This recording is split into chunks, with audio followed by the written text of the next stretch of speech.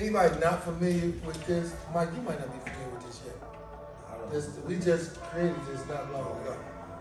Probably about 10 years ago. My cousin is actually Nicholas Young. And when he was getting his doctor's degree at Chicago University, him and a couple of his colleagues came up with this paper around the social structure of freedom, a structural analysis of the New York Underground Railroad as an entrepreneurial effort. And so, as he was telling me about this, he was saying that Harriet Tubman was like the first social media giant, right? And I was like, what you mean by that? You know how you got these intricate networks of like Instagram, Facebook, and all that.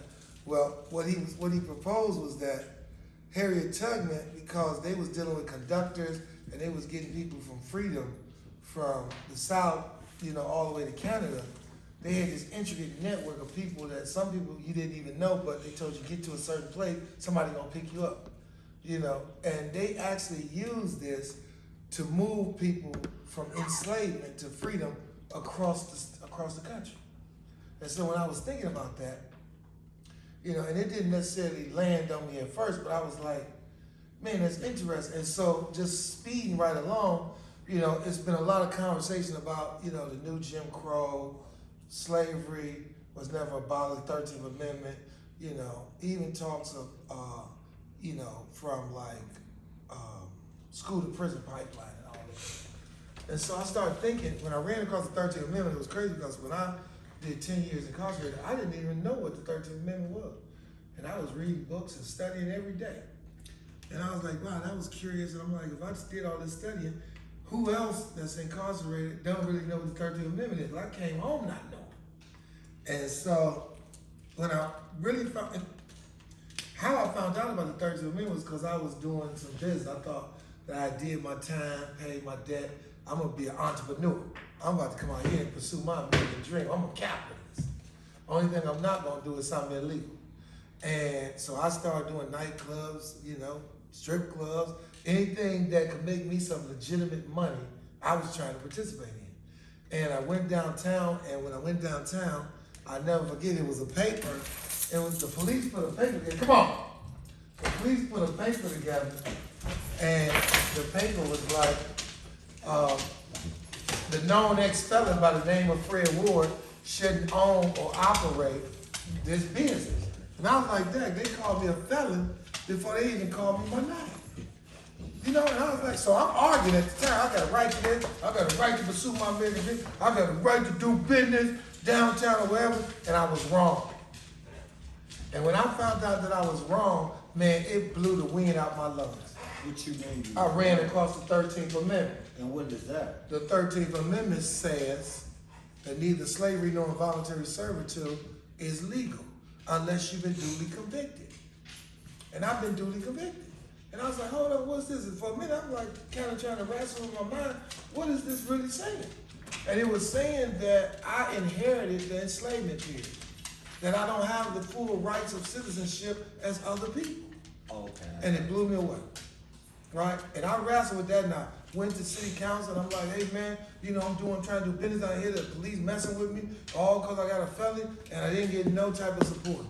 They lightweight blew me off like, yeah, whatever. He probably was doing something he wasn't supposed to do, and I was stuck.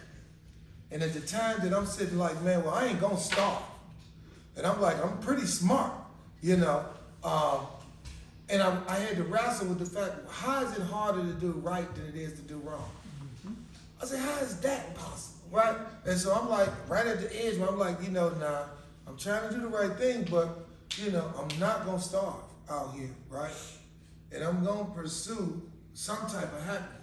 And right at the time where I had to think about making a serious decision whether I'm going to just go back to the underworld and live, with no government affiliation at all to get that bag, I ran across an organizer named Mario Cooper. He was like, he met me, and another guy told him about me because I'm kind of, I'm a learn teach.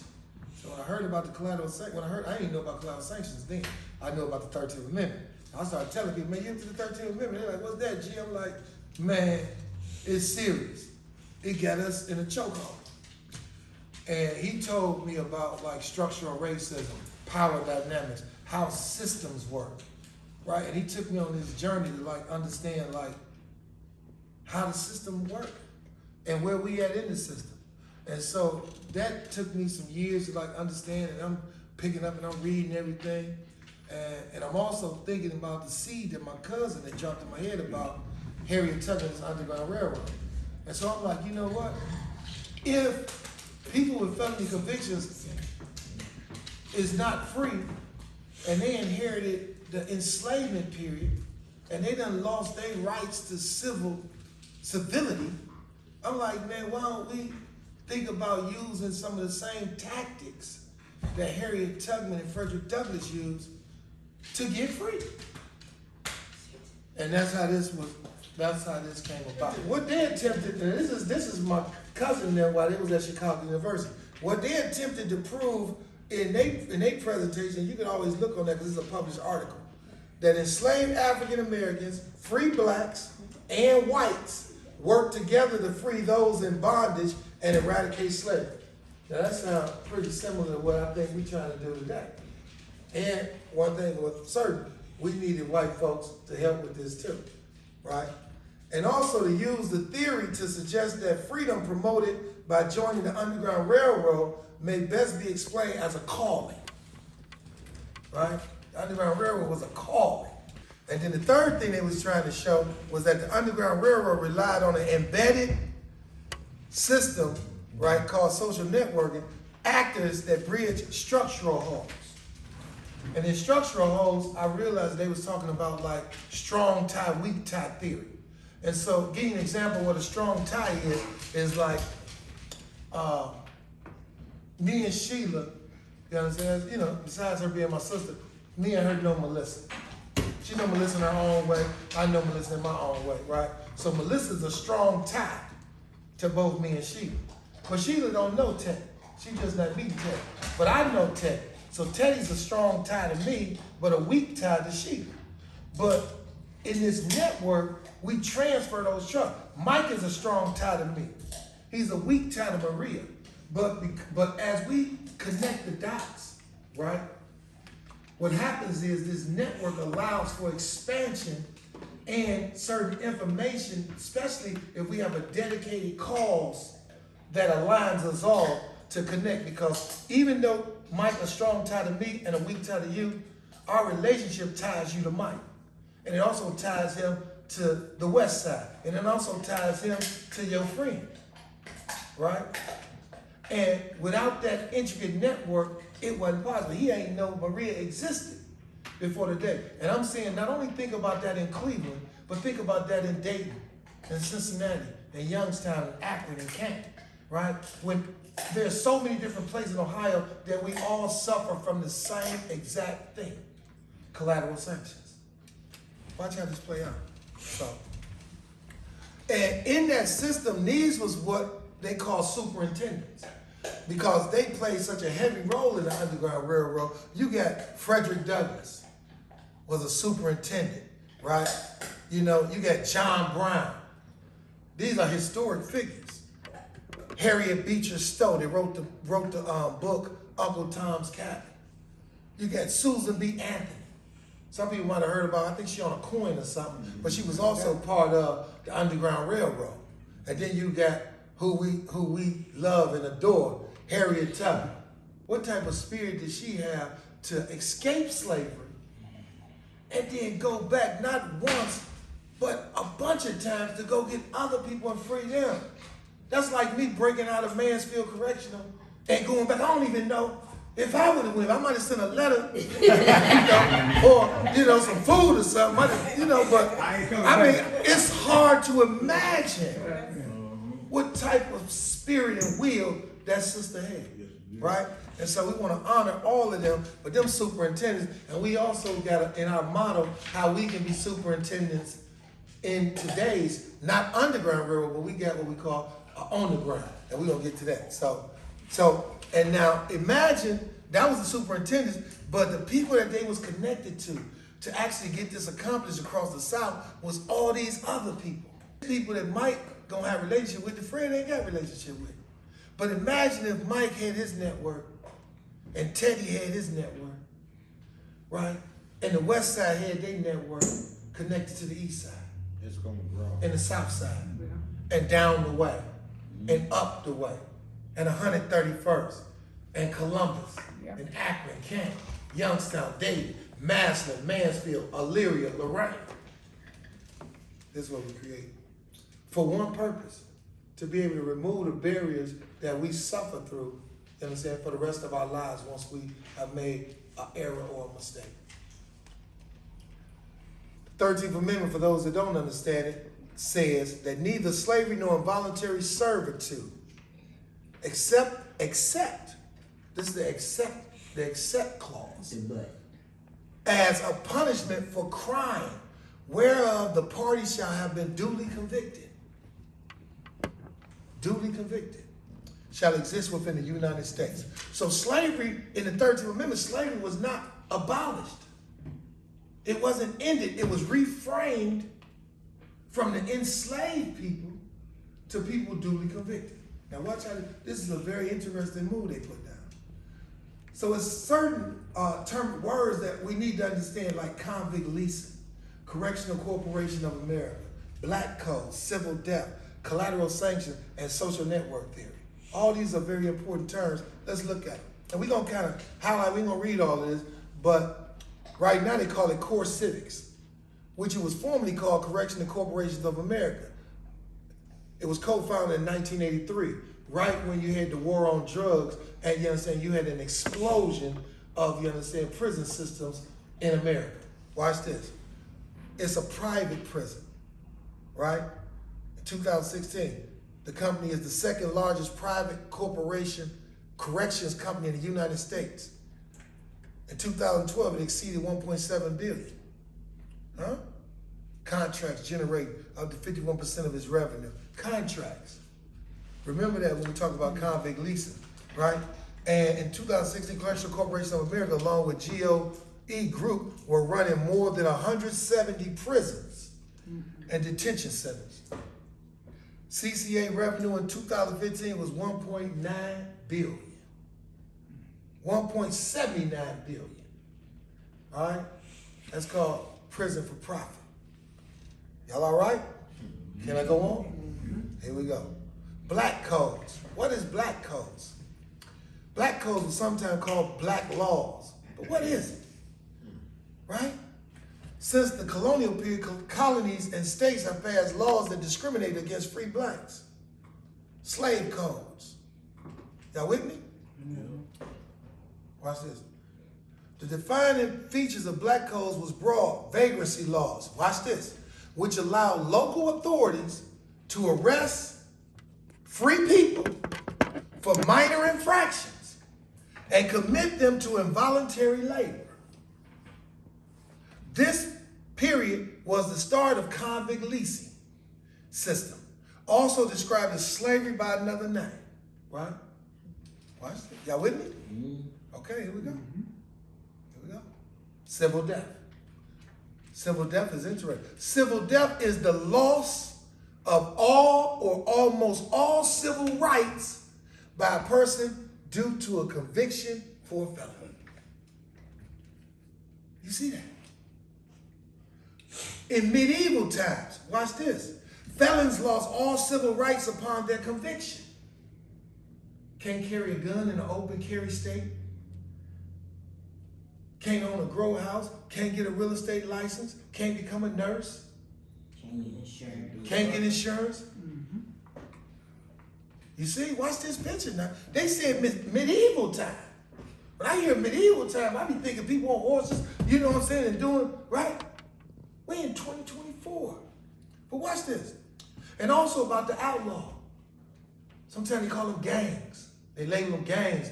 They label them, sometimes it was a time when they labeled them super predators and stuff, right? Historically, outlawry, that is declaring a person an outlaw, a gang member, a hooligan, was a common form of civil death. They outlaw you and then label you an outlaw.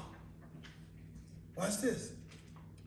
In the United States, the disenfranchisement of felons have been called a form of civil death, as has been subject to collateral consequences, also called collateral sanction. Y'all with me? Watch this. Collateral sanction. Let's walk the dog. Collateral sanctions, collateral consequences of criminal convictions are the additional civil state penalties mandated by statute that attach to a criminal conviction. They attach it like a ball and chain. They are not part of the direct consequences of criminal conviction, meaning, such as prison. You get convicted, you either go to prison, you got to pay a fine, or you get on probation. Then you complete your probation, you pay your fines, you go do your prison time, and you come home. And then they attach collateral sanctions to you. After you done paid your fine, fees, did your time, paid your debt, they are further civil actions by the state that are triggered as a consequence of the conviction. Y'all got that? And they don't tell you that when you release. Woo. You hear that? Watch this. Can we go? Social networking theory. Because we tying this movement to that. And I'm going to tell you why. Because network relationships to others sought out the contacts for the specific purpose of achieving a specific sort of action. And what would that action be? The removal of collateral sanctions. It's over 2,500 collateral sanctions in Ohio alone. And we're going to take it upon ourselves to be responsible enough to start this train ride to get rid of these collateral sanctions and then invite the rest of the 52, 53 states to join in. You know why? Because collateral sanctions is only the baby of the 13th Amendment. And in order for us to actually get the duly convicted clause off of us, we have to address the constitutional amendment of the 13th Amendment that allows for slavery and involuntary servitude to exist in America that was supposed to be home of the brave, land of the free. You with me? Can I go on? Let's go. What is film? Film is how we're going to get it done. It's the felony impacted liberation movement. We call it film. Who don't want to be in a film? It's a grassroots initiative of Building Freedom Ohio dedicated to addressing the injustices faced by felony impacted individuals. FIM seeks to unite individuals, families, allies, and the faith-based community in a collective effort to advocate for systematic change. That sound good? FIM recognizes that individuals with felony convictions continue to face significant barriers and restrictions within society, defined as collateral sanctions or consequence. These laws, policies, and practices perpetuate a cycle of poverty, stigma, recidivism, further marginalizing its over 1 million felons in Ohio. And if you add misdemeanors, you got another 1.2 that got misdemeanors, which is 2 million people. Yeah, okay. Y'all cool with that? All right, I'm gonna keep going because I know everybody gonna watch no long video, unfortunately. We also need a pathway to actually move the train. And we call it the on-the-ground railroad, right? Harriet Tubman them used the underground railroad, but guess what? We need boots on the ground. That's because they moved in secret. Ain't no mystery, but we public. We gonna move in public, right? To shine this light. You all right, Bishop Medina? Let's go. What is the underground railroad? Now this is where the science come in. I'm hoping some college students listen to this, or some professors, and they come on and jump on in and give us the data. Because I done had to read all these books, and I ain't got them degrees. But I like to read. The Underground Railroad serves as an operational framework for the felony impacted liberation movement. Modeled after the historical Underground Railroad, this modern day social network analysis speaks to the 3.5% rule. Now that's interesting, because in this book, Why Civil Resistance Works, the lady studied nonviolent and violent movements across the world. And this is what she came up with. Nonviolent protests are twice as likely to succeed as armed conflicts.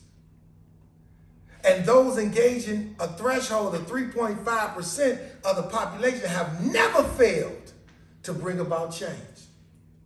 3.5% rule is that if we can galvanize 3.5% of Ohio to stand up for what is right and just, we can change legislation and get this off our back.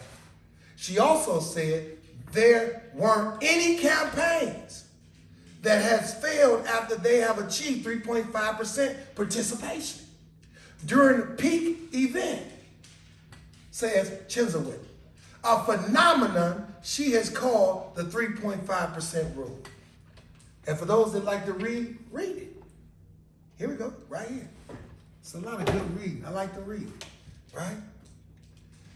Organizations in the faith-based community already provide resources, supportive services, advocacy. The railroad operates as a collective effort that is managed by individual conductors who serve as guides and mentors, assisting felony impacted individuals along their path to restoration. Or you can be a passenger. That means be counted and be registered. Now we're about to show how we're going to get this 3.5% quota. Watch this. We call it the 4 F's. We like to put, all type of acronyms on stuff. The 4 F's: felons, faith, friends, and family, right? And we ain't gonna exclude nobody. The railroad, conductors. Let's talk about where these roads are, because you need to know what it is so you know where you want to fit at, but fit somewhere. A conductor is an individual who enlists at least 10 people, registered to vote or willing to get registered, because we know a lot of people are disconnected, voter turnout low, because a lot of times they don't believe Democrats or Republicans. And they don't feel like their vote matter. But when we give them a cause as worthy as this should ignite them and say, you know what, I'm gonna go ahead and get registered on this one. I'm gonna go do my thing on this one. And that's our purpose. A passenger is individuals directly impacted by felony convictions, their families. You ain't gotta have a felony to be a part of this. Your son could have a felony, or your daughter, your husband, your granddaddy, your grandmama. Right. Did you hear me? Okay. The faith community. Oh yeah. Students, sororities, and fraternities. I'm talking Q-Dogs, Alphas, Deltas, and Kappas. Yeah, because I know that they fought. I know they fought. The AME Church is already committed to being a part of this. And they got an amazing history of freedom fighting. I like to read. Read the book. Superintendent. A superintendent is conductors who serve as a guide for at least 10 other conductors. That means you got 10 people that's already committed to coming to this convening where we strategize and talk about how we're going to lift up the narrative about collateral sanctions and how egregious they are, and how we want our legislators, Republican or Democrat, to change the laws that inflict, you understand, this type of consequence and continue slavery for us today. All right? That means you got 10 conductors, and the 10 got 10, right? That's 100. Supporters and allies, who are they? All human beings who believe in freedom, second chances, and restoration. You decide where you fit at, but you must fit somewhere. And so, this is a little overview. This is what's gonna get y'all excited, because so they did a network analysis of like the people that we did an event last year, and I invited a lot of people, and it was like a lot of people, they say like, who invited you? And so out of this group, it was like 100 people. It was like Fred invited, right? And so they was like, Fred, this is your network. Now these are all the people that you touch and influence to come to this event. I'm like, wow, I ain't even know it. I'm just boots on the ground. And so these are the many shapes of conductor networks across Ohio. So when you look at this, I want you to think about East Cleveland.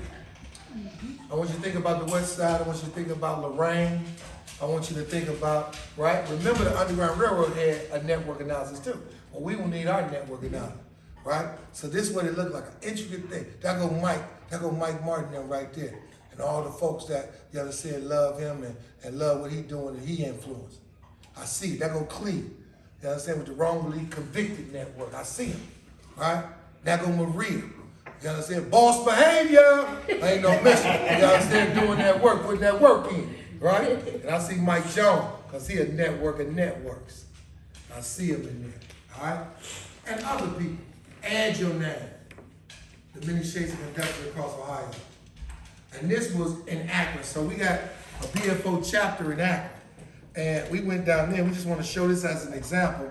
One of our brothers in Akron, Donovan Harris, that was his 10. And then Monica, she works with him and she do a lot of amazing work in the reentry space. That was her 10. And then Lamar, he going in and out the juvenile detention center, adult prison. Man, he doing so much work, but that go his 10. And that go Christian Medina. That go his 10, but he also working on being a superintendent because he got faith community leaders that believe in this, that know that, you understand, felonies and freedom should be for all, that they lining up. But that go Bishop Medina's 10. And there I go over there. And so imagine what it looked like when Sheila 10 over there and Mike Martin 10, right? And Heavy off St. Clair, his 10. I tried to call him, I gotta get that new number. Excuse me, I don't mean to cut you off. Your name Fred Ward? It is. You I've know been busted. Nashville? I was. I've been busted. No, you didn't.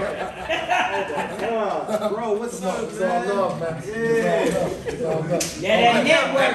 I looked at your name. Right. Look, that network. That network. Right. And Melissa, and I see Melissa, Melissa said I took a few of her people. No, I said that too. Oh, you did? Well, Yeah. okay, well. Yeah. Non-disclaimer. But I see Melissa 10, but they got more than that. Right? All I'm saying is that if we all we got, You all we need. then we gotta be all we need. Because losing a fight like this shouldn't even be an option. Right? And so we just want to make a video. I don't know how long it is. It's probably 30, 40 minutes. We're going to try to edit it, but we're going to send this out throughout our networks, individual networks, collective networks, so that you'll get an overview and an understanding of like what we prepare to do in Ohio and share this with other states across the country. Fred Ward checking out, State Director for Building Freedom Ohio. Hey, in solidarity, we can do it all.